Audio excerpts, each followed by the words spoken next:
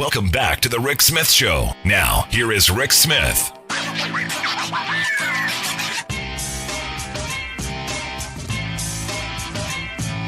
So you saw this Eugene Goodman, and I think everyone saw his heroics in the Capitol that saved a lot of senators. I think saved them their lives.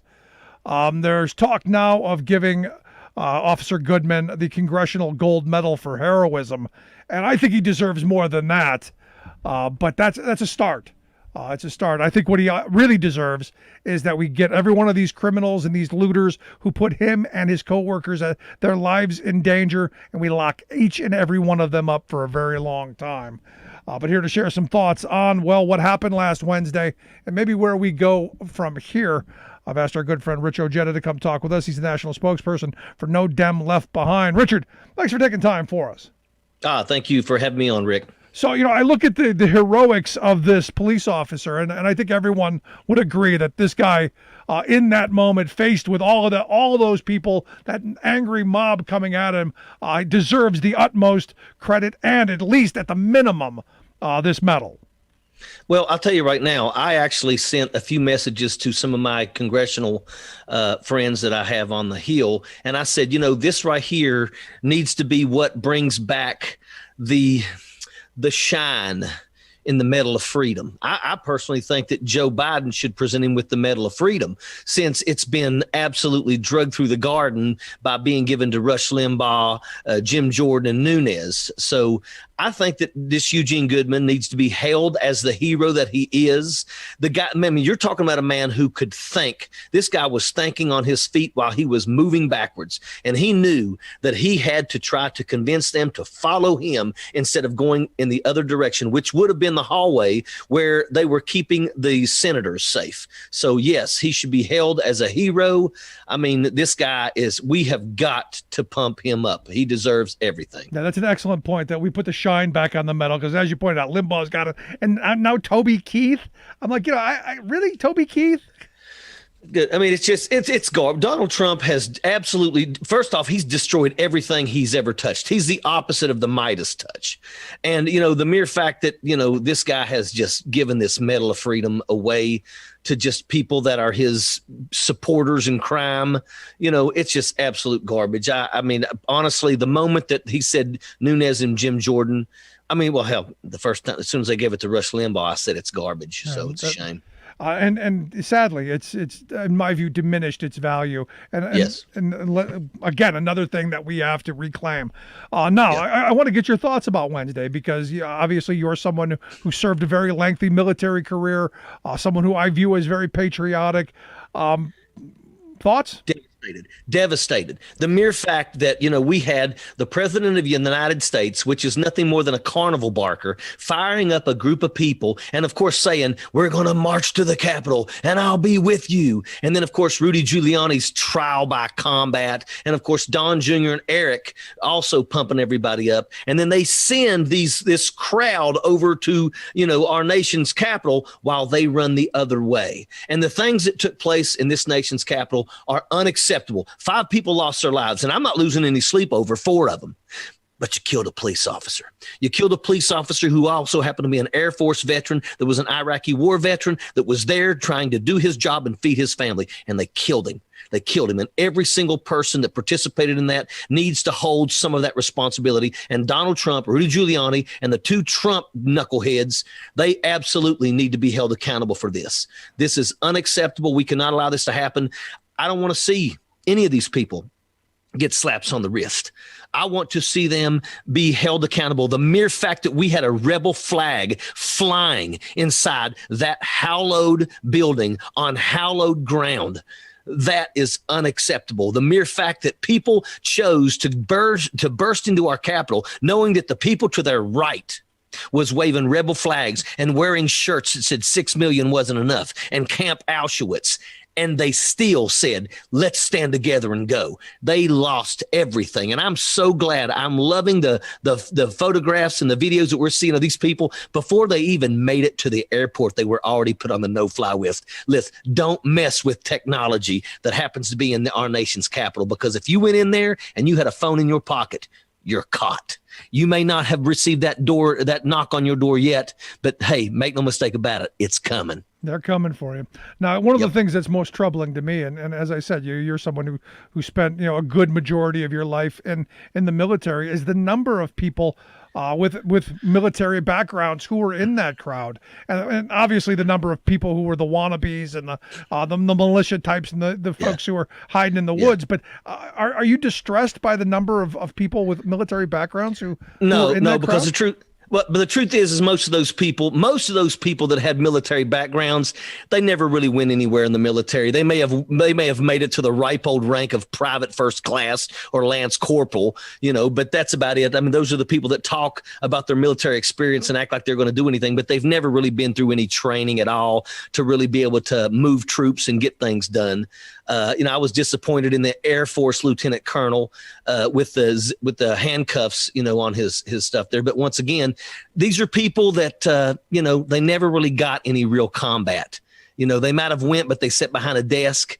They don't know what it's like to truly get it on. And that's another reason why I can tell anybody who's seen war does not want to repeat war. I don't care who you are. You don't want to continue down that path. So all these people here that get fired up by this carnival barker and they want to act like they're all that in a bag of chips, they're not. They're not. I'll tell you right now, we got about 15 to 20,000 National Guardsmen around those capitals. And let me tell you something.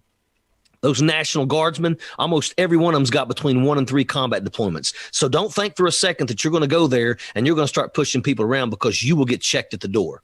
Yeah, one of the things that I had said about Wednesday, and I personally believe that we were undersecured for a reason. Let me pose it to you this way: do you think it's possible that at the highest levels, this was not only encouraged by Trump and Giuliani and them, but allowed to happen by not being as prepared as we would have been for any other type of large rally, be it Black Lives Matter, be it the Women's March, be it anything? We were not prepared for this on any level.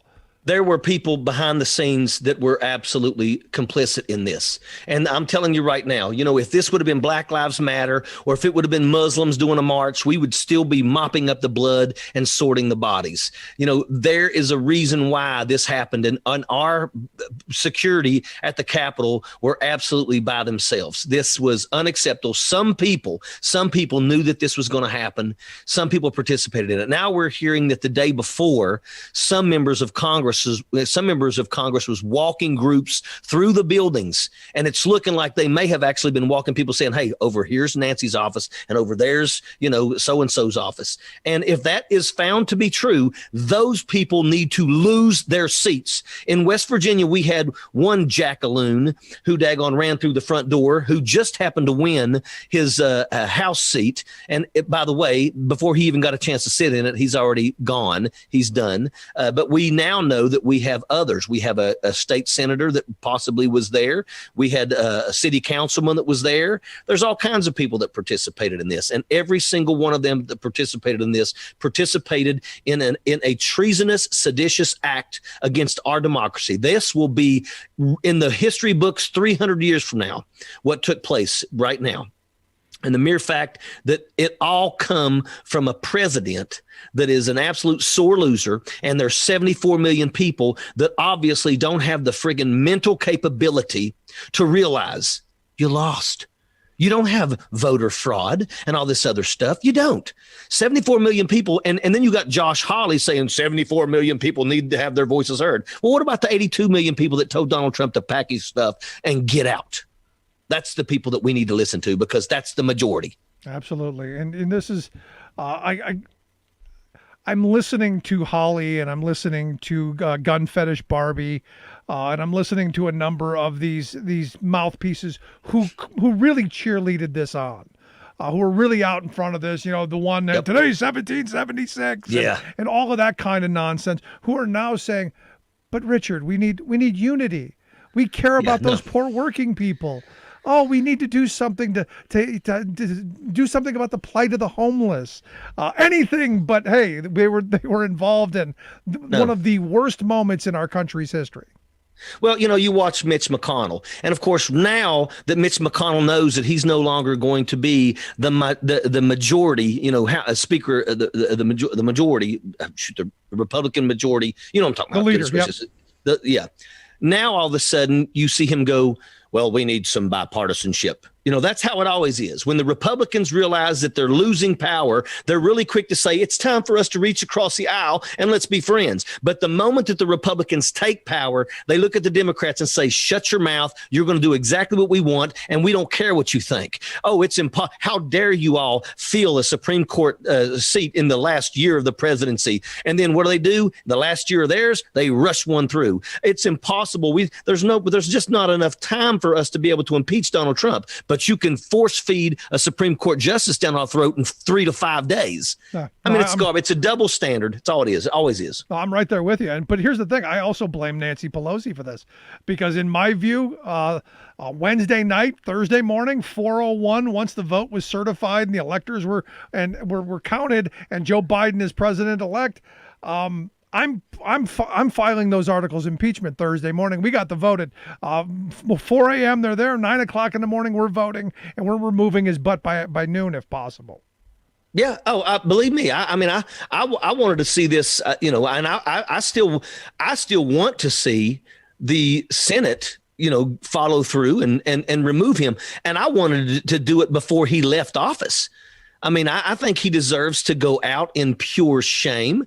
I want to make sure that we set things up to where we don't have to worry about him or any of his kids in 2024, because make no mistake about it, these people will come back in 2024. The reason why Republicans are still standing up and arguing against the Electoral College and stuff like that is because they feared that Donald Trump is still going to have a voice over the next couple of years that could come back and haunt them. Everybody knows what took place. Everybody knows that what happened in our Capitol was an absolute horrible attack.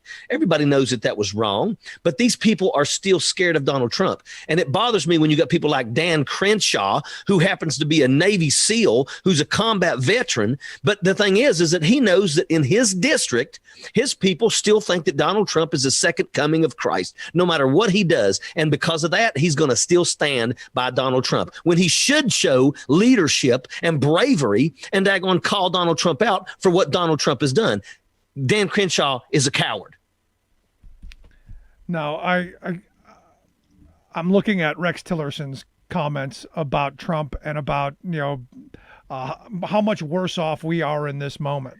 And while what happened on Wednesday is horrible, moving forward, as a country, we're in a bad spot.